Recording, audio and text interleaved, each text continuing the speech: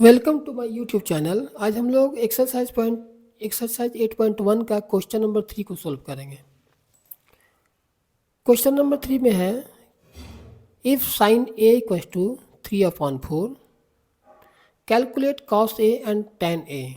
Sign A equals to 3/4 दिया हुआ है, तो साइन थीटा इक्वल टू होता क्या है? साइन थीटा इक्वल टू होता है आपका P/H। Sign A equal to क्या होगा आपका? एंगल ए के लिए P कौन सा हो जाएगा? एंगल ए के लिए P हो गया BC और H हो गया AC। तो हम लोग लिखेंगे साइन ए इक्वल टू क्या होगा आपका 3/4 क्या है? 3 क्या है आपका? BC हो गया, यानी BC का वैल्यू 3 है और AC का वैल्यू यहाँ पे 4 है। ठीक है, हम लोग यहाँ पे क्या करेंगे, चूंकि साइन ए का वैल्यू यहाँ पे ये रेशियो में दिया हुआ है, तो हम लोग क्या करेंगे, हम लोग मान लेंगे कि BC इक्वल टू 3K है and AC equal to 4K है। के कांस्टेंट है यहाँ पे। निकालना क्या है? कॉस ए और tan ए का वैल्यू निकालना है। तो कॉस थीटा का वैल्यू होता है क्या? कॉस थीटा का फॉर्मूला होता है आपका B/H होता है। ठीक है, tan थीटा इक्वल टू क्या होता है? P/B होता है।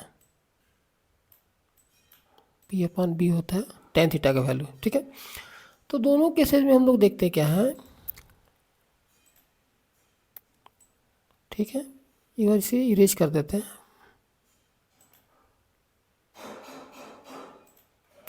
tan थीटा इक्वल टू क्या होता है आपका? tan theta equal to P/B होता है। ठीक है, हमें वैल्यू किसके लिए निकालना है? एंगल ए के लिए निकालना है। तो एंगल ए के लिए P कौन सा हो गया? BC हो गया। B कौन सा हो गया? AB हो गया।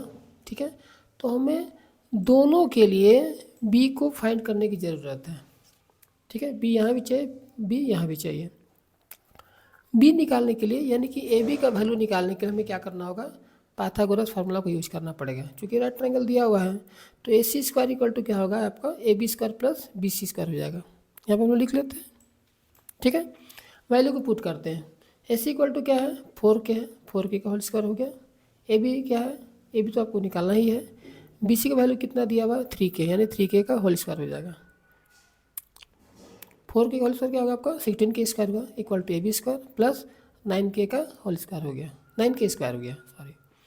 अब क्या करते हैं, इससे उठाकर इक्वल टू के इस साइड कर देते हैं। तो 16K square minus 9K square हो गया इक्वल टू AB स्क्वायर है। दोनों को माइनस कीजिए, 7K स्क्वायर आएगा, यानी कि AB square equal to 7K square हो गया। ठीक है, अब इसका वैल्यू को हम लोग फाइंड आउट करते हैं। AB इक्वल टू होगा आपका क्या? K√7 हो जाएगा। ये कैसे होगा? क्योंकि AB square equal to 7K square है, तो AB इक्वल टू आपका क्या होगा?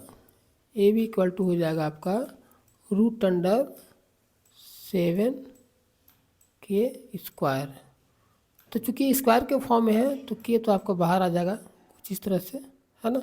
√, क्या बचेगा आपका? 7 बचेगा। ठीक है, ये हम लोग यहाँ पे लिखा है। अब AB का वैल्यू चूँकि निकल गया, तो हम लोगों के लिए cos A और tan A का वैल्यू निकालना आसान हो गया। cos A इक्वल टू क्या होता है? cos थीटा इक्वल टू क्या होता है? B/H। तो एंगल A के लिए cos A इक्वल टू क्या होगा? B/H, यहाँ पे भी होगा। तो cos A के लिए, यानी एंगल A के लिए B कौन सा? AB है।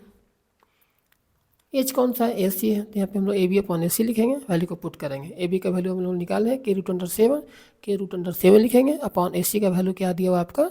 4K दिया, तो यहाँ पे 4K लिख लेंगे। K आपका कैंसिल हो जाएगा, बचेगा क्या? √7/4 बच जाएगा। क्लियर है, यानी cos A का वैल्यू आया आपका √7/4 आ गया। tan A का वैल्यू निकालते हैं।